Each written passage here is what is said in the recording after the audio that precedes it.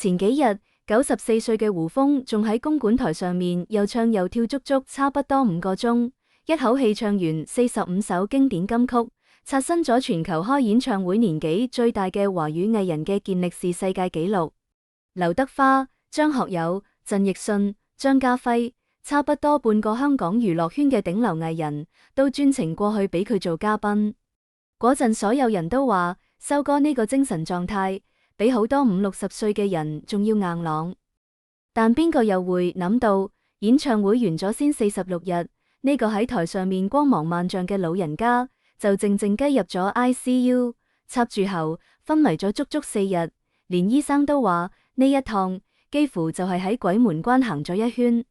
更加令人唏噓嘅係，就係佢同病魔搏到盡嘅呢段日子，同佢相交幾十年嘅老友謝賢都靜靜雞離開咗。當年粵語片嘅4大小生，而家剩低胡楓一個人，仲留喺呢個世界。呢段時間到底發生咗啲乜事？一個94歲嘅老人家，憑乜嘢可以由 ICU 入面醒翻過來？佢昏迷嘅呢4日，腦入面到底諗緊啲乜？而個悄悄上門，親自落廚煮飯俾佢食嘅蔡一傑，又同佢有住啲乜冇人知嘅深厚情誼？第一章，公館之夜，94歲嘅不老傳說。2026年6月7日，香港攻陷體育館。呢場名叫修哥95至尊無限風騷嘅演唱會，由開場就注定唔會平凡。94歲140日嘅胡楓，著住一身筆挺嘅西裝，戴住佢標誌性嘅圓框眼鏡，精神飽滿咁行上台。台下掌聲響到耳仔都聾，好多人睇到眼濕濕。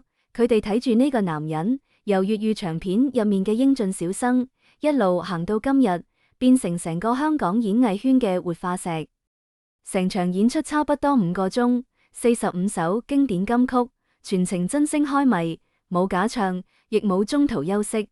劉德華嚟咗，張學友嚟咗，陳奕迅嚟咗，張家輝嚟咗，莫文蔚都嚟咗，幾乎半個香港娛樂圈嘅頂流都心甘情願過來俾呢位老前輩做嘉賓。嗰一刻，所有人都覺得修哥就係港圈嘅不老傳說。演唱會完嘅時候，胡楓接過健力士世界紀錄證書，開演唱會年紀最大嘅華語藝人。佢笑住接過張證書，對住台下揮下手，講咗句多謝大家，我會繼續唱落去。冇人知道呢句繼續唱落去，差啲就變成永遠嘅遺憾。第二章，暴風雨前嘅寧靜，一場俾人隱瞞嘅病。演唱會完咗之後嘅呢段時間，胡楓返屋企休養。據圈內知情人士透露，一開始佢只係覺得有少少發燒、腹部隱隱痛，呢啲睇唔起眼嘅細小症狀，喺94歲高齡嘅老人家身上實在太常見。屋企人都冇太當一回事，以為只係普通感冒或者腸胃唔舒服。但邊個都估唔到，呢個睇起上嚟普通嘅細毛病，背後藏住一個隨時可以奪命嘅兇險疾病。7月中旬，胡楓嘅病情突然急轉直下。據後來新婦JoJo透露，屋企人發覺佢狀態唔對，即刻送佢去伊利沙伯醫院。但到咗醫院之後，情況比想象中嚴重好多，佢直接俾人送入 ICU 深切治療部，插咗呼吸喉，靠機器維持生命。而外界對呢件事一無所知，為咗唔俾媒體湧去醫院打擾治療，亦唔想粉絲同市民太過擔心，屋企人做咗一個好艱難嘅決定，對外只係話胡楓感染咗新冠同流感，需要靜養。所有人都以為修哥只係得咗個細感冒，休息幾日就冇事。邊度知道呢陣嘅胡楓正喺 ICU 入面同死神搏到盡。第三章，生死4日 ICU 入面嘅鬼門關。胡楓呢次遇到嘅係急性松精膽管炎。據知情人士透露，病因係佢體內本來就有嘅膽結石意外甩咗出來，塞住咗膽管，搞到膽汁冇辦法正常排出，大量積喺體內，好快就滋生咗好多細菌。細菌迅速入咗血液，直接引發敗血症，全身性嘅嚴重感染。只係幾個鐘頭，胡楓就已經休克，血壓急跌，意識模糊，情況非常危險。呢種病到底有幾兇險？主診醫生後來受訪嘅時候坦言，就算係年輕人都有隨時致命嘅風險。對於94歲高齡嘅老人家嚟講，可以撐返過來，已經係一個奇蹟。胡楓入咗 ICU 之後，病情發作得又急又猛，佢呼吸唔到氣，一定要插喉先可以維持生命。足足4日，佢陷入深度昏迷，對外界嘅任何聲音同動作都冇反應。據知情人士透露，做完手術之後，胡楓一度半清醒，突然發覺自己手腳俾人實實咁綁住。後來佢先知道，係醫護人員擔心佢半睡半醒之間會唔自覺扯走維持生命嘅喉，先會用呢個保護性嘅措施。4日，足足4日，胡楓瞓喺 ICU 嘅病床上面，成身都插滿喉，心跳監察儀發出單調嘅滴滴聲。門外，屋企人日日夜夜守住。門內，呢個94歲嘅老人家正用自己嘅意志力同死神角力。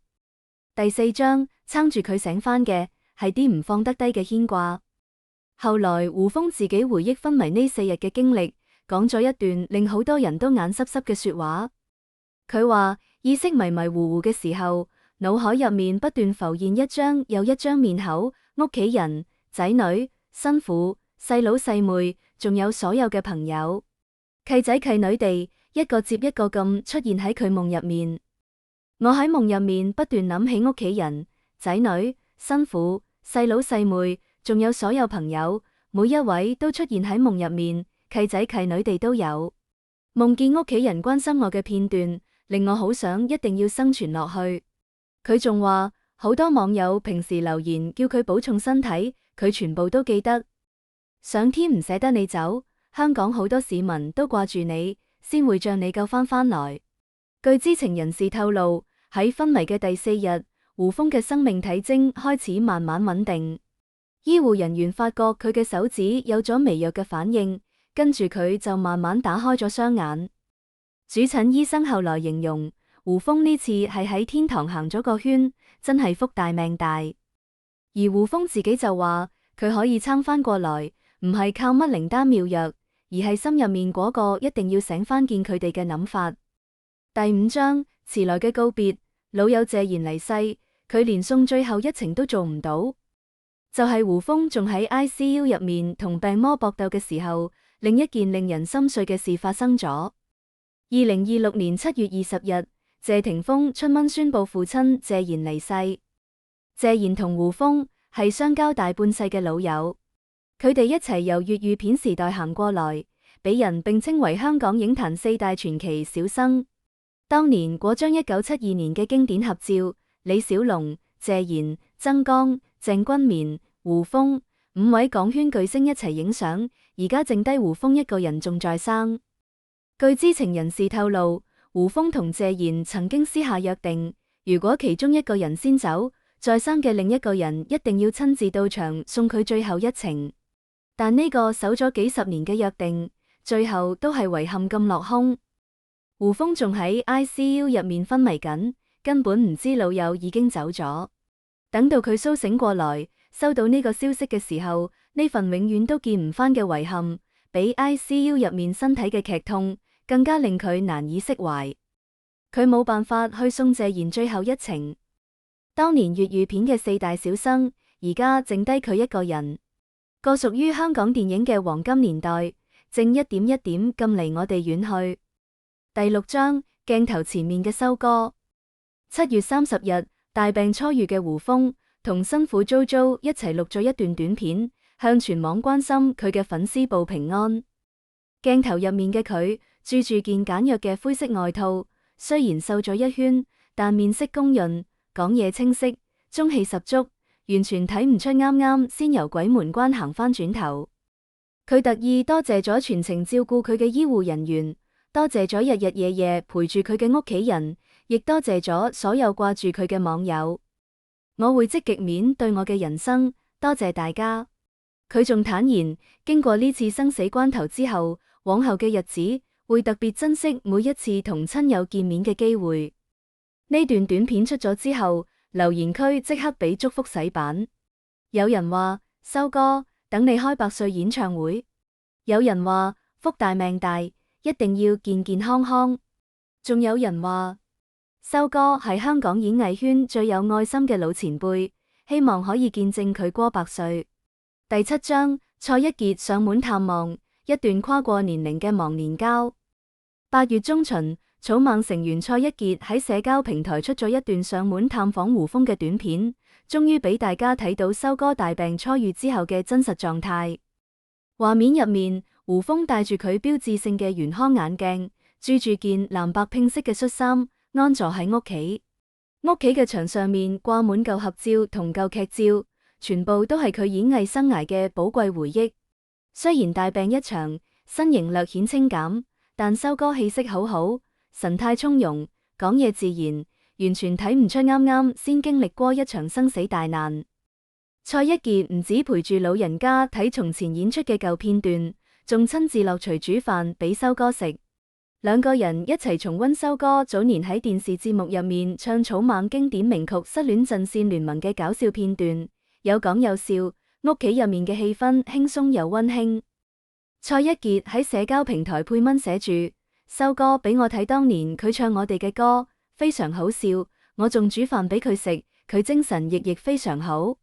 呢段睇起上嚟好簡單嘅探訪，背後其實藏住一段跨過年齡嘅深厚情誼。據知情人士透露，前幾年蔡一傑大病做完手術，又遇上父親離世，呢段最難捱嘅日子，胡楓隔幾日就會打電話發信息問候。天氣一轉凍，仲會特意提佢要多著件衫。蔡一傑曾經喺自己嘅演唱會上面擋住好多人講呢件事，直認嗰段日子胡楓對佢好似親生仔一樣，俾咗佢好多精神上嘅支持。以前胡楓都去過蔡一傑嘅美食節目，蔡一傑親自落廚煮嘢食招待前輩，一來二去兩個人一直都有來往。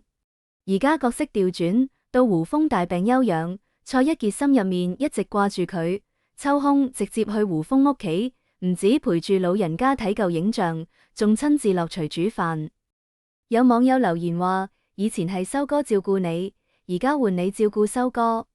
呢啲就係港圈最珍貴嘅情誼傳承。第8章，一個好人一輩子積落嘅情分。胡楓喺香港演藝圈打滾70幾年，一路由粵語長片時代嘅黨工小生，慢慢變成港劇入面大家最熟悉嘅金牌長輩。佢一輩子參演過幾百部影視作品，由男人心到難兄難弟，由妙手仁心到再創世紀，作品貫穿咗港片嘅整個興衰歷史。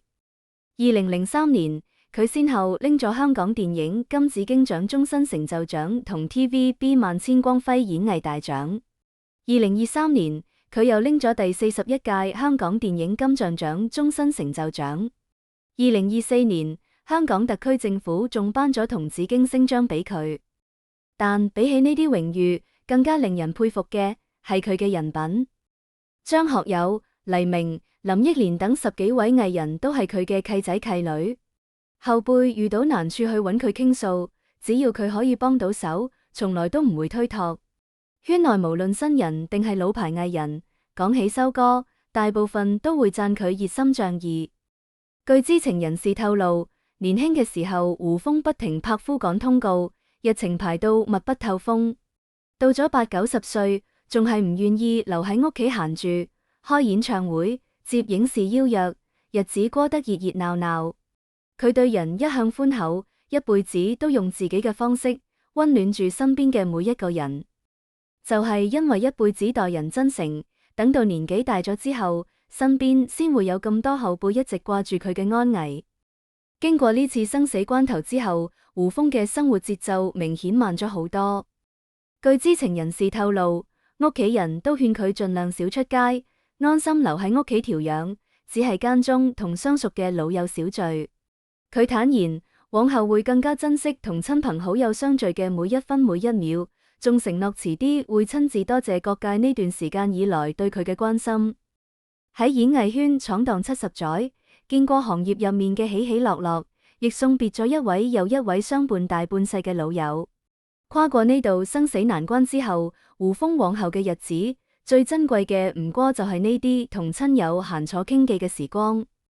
由公館台上面萬人矚目，到 ICU 病床上面命懸一線，再到而家留喺屋企同老友圍坐閒談，胡楓嘅呢段經歷就似一套劇情跌宕起伏嘅港產片。而呢套港產片最動人嘅地方，唔係呢啲光鮮亮麗嘅舞台同榮譽，而係藏喺細節入面嘅溫情。係昏迷嘅時候，腦海入面不斷浮現嘅親友面口，係蔡一傑親自落廚擺上台嘅嗰碗熱飯，係謝賢離世之後呢份冇得彌補嘅遺憾，亦係無數網友喺留言區入面寫低嘅嗰句：修哥，等你開100歲演唱會，願佢保重身體，安享晚年。亦希望呢個見證咗香港電影黃金年代嘅老人家，可以再多陪我哋行一段路。